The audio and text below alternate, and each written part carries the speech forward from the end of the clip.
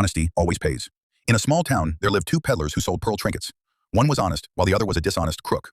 One day they both traveled to a nearby town to sell their items. In that town stood a large building that had once belonged to a wealthy diamond merchant.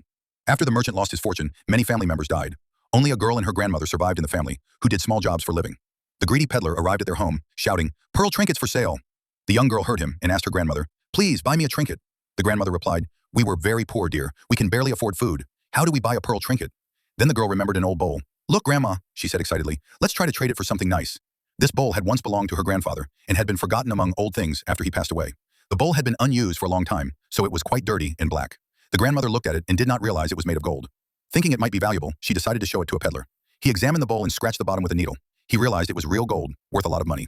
He quickly made a plan to trick the old woman and the girl. Then he threw it on the floor and left. Pretending to be angry, he said, "Why did you bring me this bowl? It's worthless." The girl once again asked the grandmother if they could trade the bowl. Soon after, the honest peddler came down the same street, calling out, "Beads for sale." The grandmother said, "The first peddler didn't want it. What can we offer now?" The girl replied, "But that man was mean. I think this one will take it."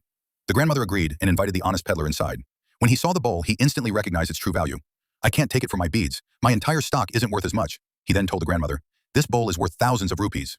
Surprised, the grandmother explained, "Another peddler said that was worthless and even got angry. But you seem kind. Please take it and let my grandmother choose anything she wants from your collection."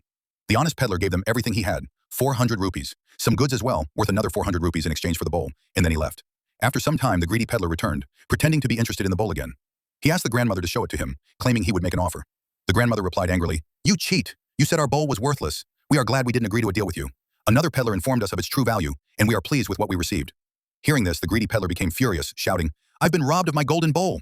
In a fit of rage, he threw down his goods, ripped off his shirt, and ran toward the river, where he slipped and drowned. Meanwhile, the honest peddler returned home and dedicated his life to helping others and doing good deeds. Moral: honesty is rewarded.